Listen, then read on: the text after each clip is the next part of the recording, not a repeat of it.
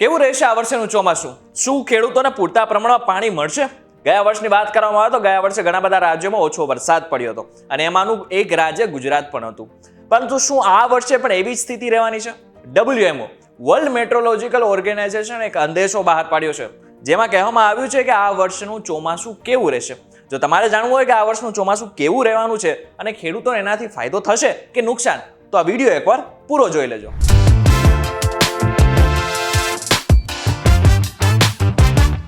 નમસ્કાર, VTVGujarati.com પર તમે જોઈ રહ્યા છો ડેલી ડોઝ અને હું છું કરણ.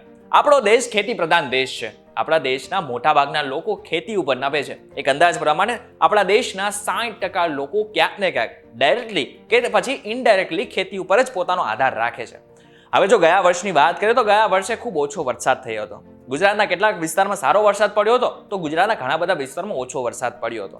હવે આ બધી બાબતને લઈને આ વર્ષે એવો અંદાજો મારવામાં આવી રહ્યો છે કે આ વર્ષે વરસાદ સારો પડશે. હવે હું નથી કહી રહ્યો, આ કહી રહ્યું છે WMO, જેનું નામ છે વર્લ્ડ મેટ્રોલોજીકલ ઓર્ગેનાઇઝેશન. એમનું એવું કહેવું છે કે આ વર્ષે અલ નીનો જે છે તે પોતાના પીક ઉપરથી જતો રહ્યું છે અને હવે લા નીનોની પ્રક્રિયા શરૂ થશે. હવે અલ નીનો ને લા નીનો છે શું એની વાત તો આગળ કરીશું, પરંતુ એમના પ્રમાણે અત્યારે આ વર્ષે ચોમાસું સારું જવાનું છે. ચોમાસાને હજી વાર છે, પરંતુ જો ઉનાળાની વાત કરીએ તો અત્યારે ઉનાળામાં કાળઝાળ ગરમી પડી રહી છે. અત્યારે તમે જો ગુજરાતના મોટા શહેરોમાં રહેતા હશો, અમદાવાદ, રાજકોટ કે બરોડામાં, તો તમે બપોરે બહાર નીકળી પણ નહીં શકો.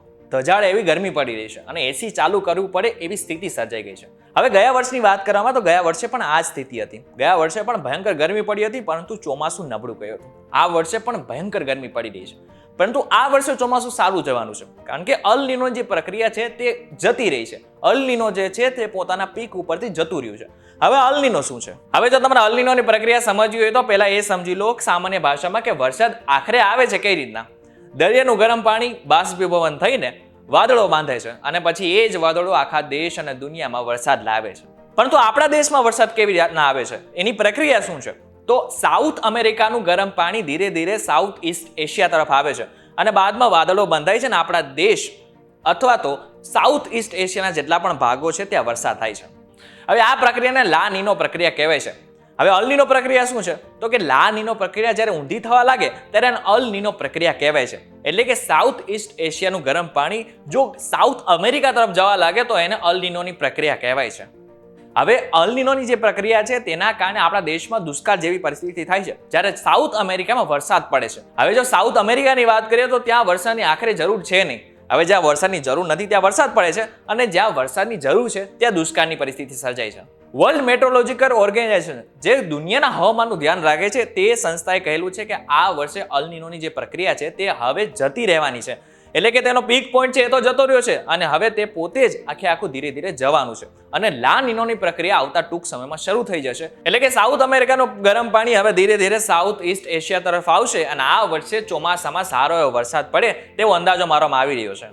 હવે જો ઉનાળાની વાત કરીએ તો અત્યારે કાળઝાળ ગરમી પડી રહી છે, પરંતુ જેવી ચોમાસાની શરૂઆત થશે ને લા નીનોની પ્રક્રિયા શરૂ થશે કે તરત જ ભારત સહિત ગુજરાતમાં પણ સારો એવો વરસાદ નોંધાય તેવી શક્યતાઓ વ્યક્ત કરવામાં આવી રહી છે. જો ગુજરાતની વાત કરવામાં આવે તો ગુજરાતમાં ગયા વર્ષે વરસાદની ખોટ હતી.